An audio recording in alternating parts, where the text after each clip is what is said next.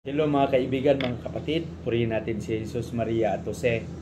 Narito na naman ang inyong lingkod, Father Bob, isang paring Karmelita. Ang ating pagninilay na ito, sa linggong ito, nasa ika-23 araw na tayo sa buwan ng Pebrero at nasa ika-7 linggo sa pangkaraniwang panahon. Ay sana maging mabunga at sana maging gabay natin sa ating mga gawain. Pagnilayan natin kung ano yung napakagandang mensahe na gustong ipaabot ng ating pagninilay.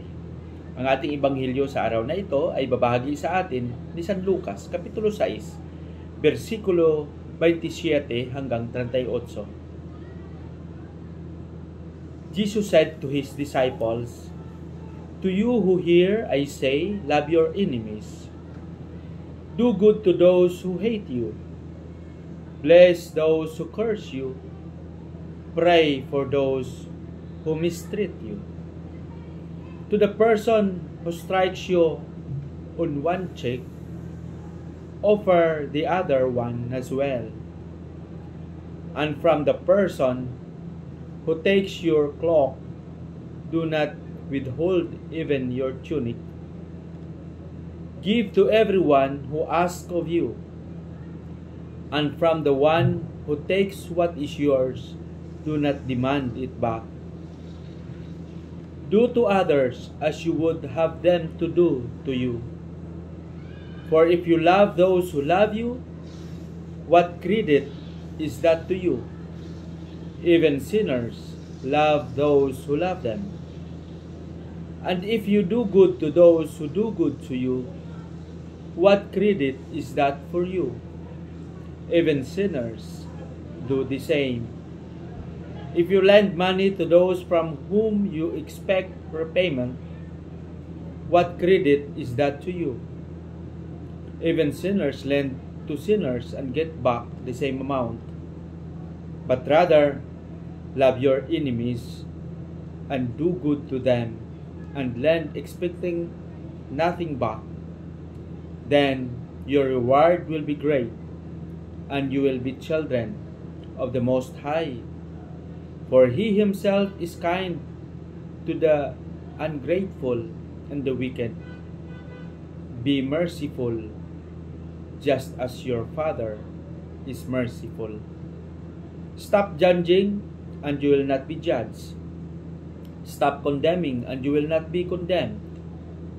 Forgive, and you will be forgiven. Give, and gifts will be given to you. A good measure packed together, shaken down, and overflowing will be poured into your lap.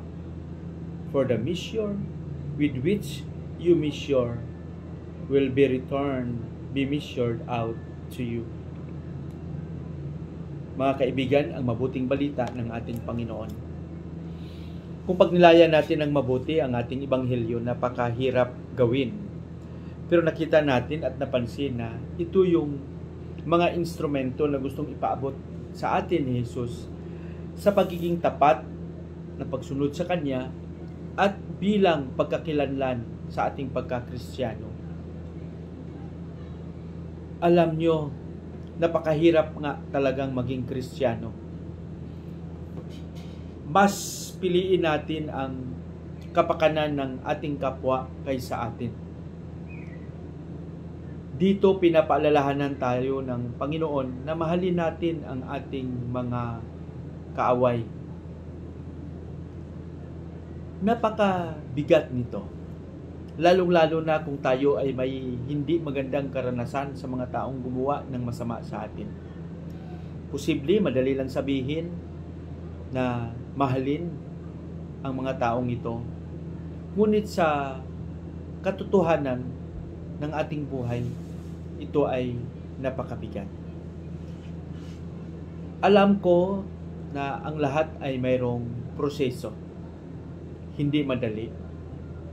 Mas mahalaga lang dito na alam natin kung paano tayo maging totoo at tapat na pagiging alagad. Sa kabuuan, ang gusto lang ibarating na mas bigyang pansin natin ang kapakanan ang kahalagahan ng iba kaysa atin.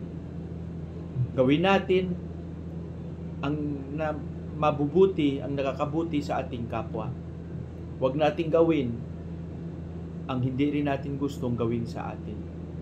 Mga kaibigan, sana maging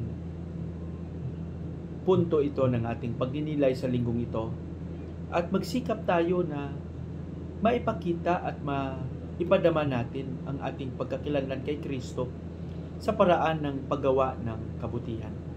Pagsikapan din natin ng lahat ng ating mga ginagawa ay maging mabunga.